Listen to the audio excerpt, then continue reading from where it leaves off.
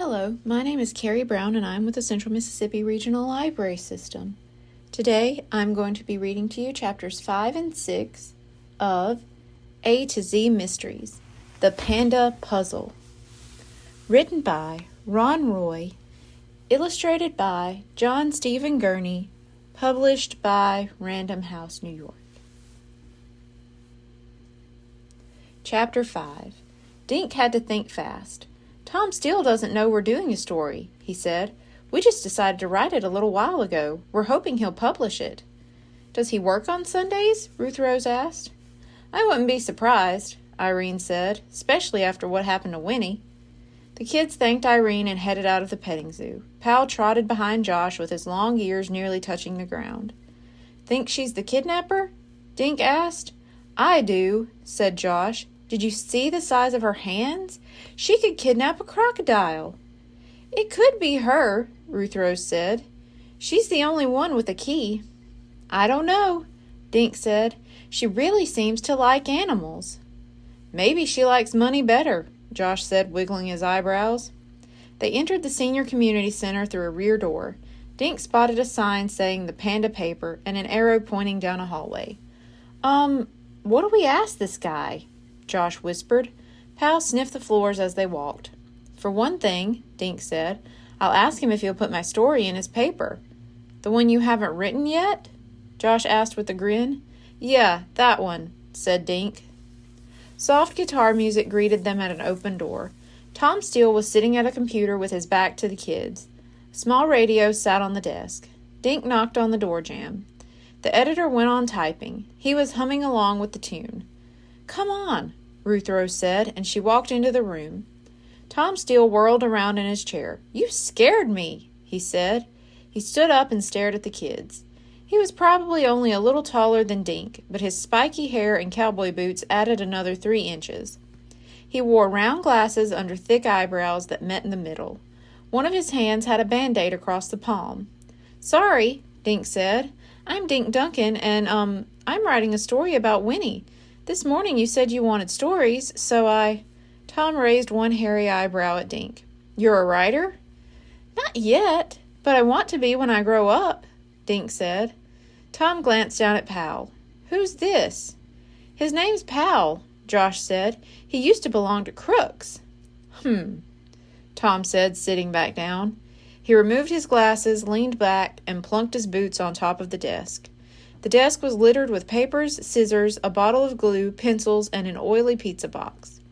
Tom held up an issue of the Panda paper. There were holes in the paper where sections had been cut out. Have you been reading any of these? He asked. We read them all, Ruth Rose said. She showed Tom her own copy. We like pandas, Josh said. Tom squinted his eyes. He stared at the tips of his boots. The only noise in the room was the ticking of a clock. I like pandas too, he said finally. If I get my hands on whoever kidnapped Winnie. He rubbed his face. Okay, write your story. If it's good, I'll print it. Could we ask a few questions? Dink pulled his notebook from a pocket. Tom sighed and glanced at his watch. I guess I can spare a few more minutes, he said. Do you know anyone who has a key to the panda enclosure? Dink asked. Yeah, Irene Napper does, he said. I think she's the only one. Dink nodded. Have you ever noticed anyone weird hanging around Panda Park? Josh asked. Tom shook his head slowly. Just normal-looking people like you and me, he said, grinning. Were you surprised when Ping got upset this morning? Ruth Rose asked. Sure. We all were, Tom said. Flip told me he'd never seen her so angry. Does Flip Francis visit the pandas a lot? Josh asked. Tom stood up. I have no idea, he said. And I have to get back to work. He stuck out his left hand to shake. Excuse the wrong hand. I got a bad paper cut on the other one. Thanks, Mr. Steele, Dink said, shaking the hand. He hesitated, then added, Do you know where we can find Flip Francis? Flip works at the fitness center, Tom said, pointing towards Main Street. Ruth Rose took a close look at the top of Tom's desk. Are you going to write a story about the kidnapping, Mr. Steele? She asked. The man nodded toward the mess on his desk. That's what I'm doing right now, he said, so if you'll excuse me. Dink promised to bring back his story in a couple of days, and the kids left. They hurried back down the hall, out the back door, and into the sunshine.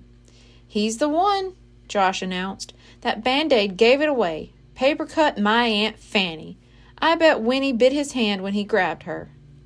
"He had scissors and glue on his desk, and he was cutting up newspaper clippings," Ruth Rose said. "The ransom note had letters cut out of newspapers." "And did you guys see what was leaning in the corner?" Josh asked. "No, but you're going to tell us, right?" Dink asked. "A fishing pole," Josh said. "And that was a fishing knife Pal found in the bamboo. I say we call the cops." "I don't know," Dink said.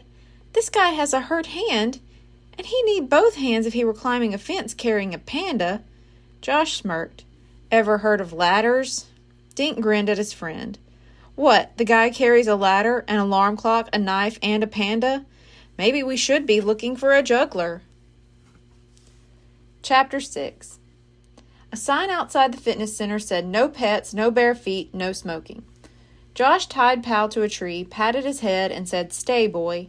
Pal sighed and flopped down. His big brown eyes watched Josh, Dink, and Ruth Rose enter the building.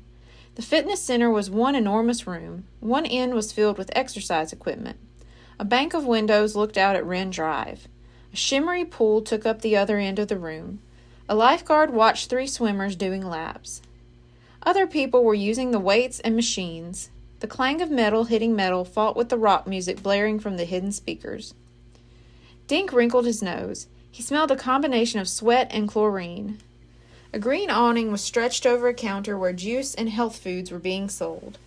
"I need a milkshake," Josh said, shouting above the music. "I feel weak." "They sell health shakes," Ruth Rose informed him. "They make 'em from seaweed and tofu." "What's tofu?" Ruth Rose giggled. "It's white and wiggly," she said. "You'd hate it, Josh." "There's Flip," Dink said, "behind the counter." Flip Francis was wearing a t-shirt and blue shorts. He had long, muscular arms. "Can I help you, kids?" he asked. "Hi, Mr. Francis," Dink said. "I'm writing a story about the pandas. Could we interview you?"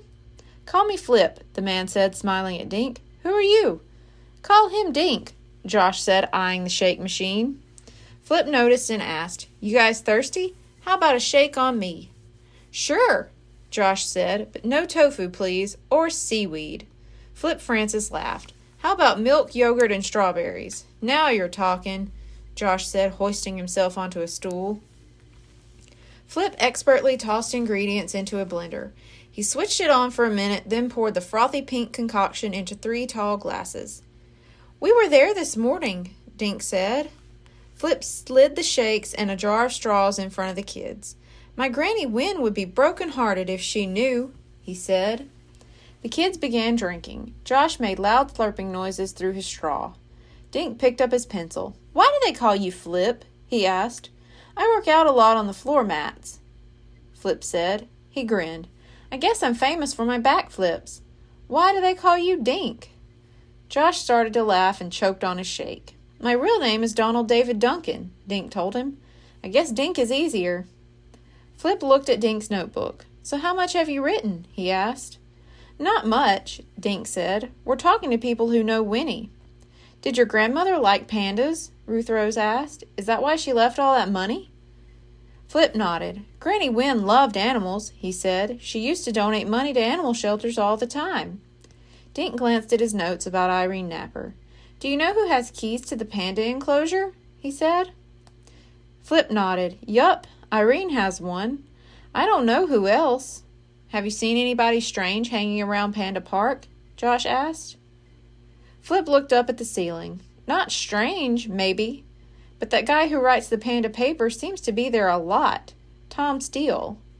In his notebook, Dink wrote Tom Steele in dark letters. "Anything else?" Flip asked. "It's almost my lunch break." The kids finished their shakes. "Thanks a lot," Dink told Flip. "Glad to do it," he answered.